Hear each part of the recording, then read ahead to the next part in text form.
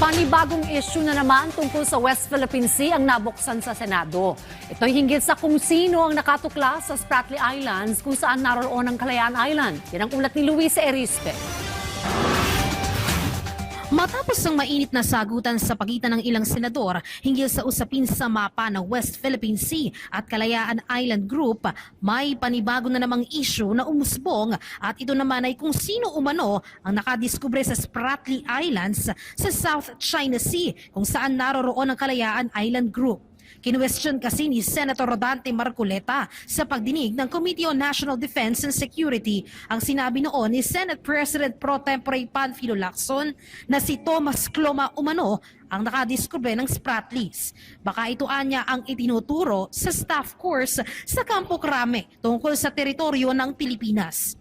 Tomas Cloma is the one who discovered Spratly Islands.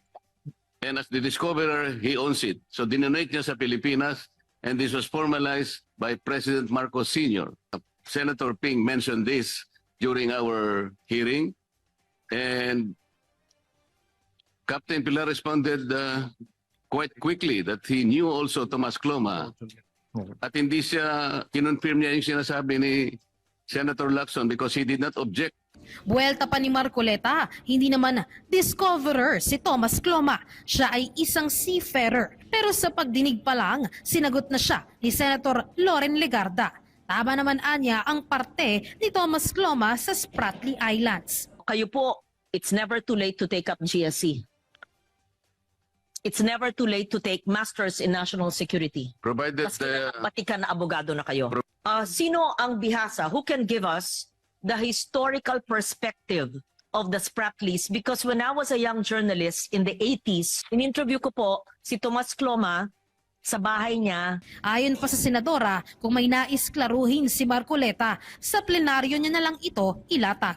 I will read the transcript of records and whatever clarification the good senator has said, I would suggest that you state it in plenary so that it is in record in the plenary session, whatever it has. Then we proceed with our bills. Sumagot din si Senator Lacson at para sa kanya, hayaan na ang katotohanan ang magsalita.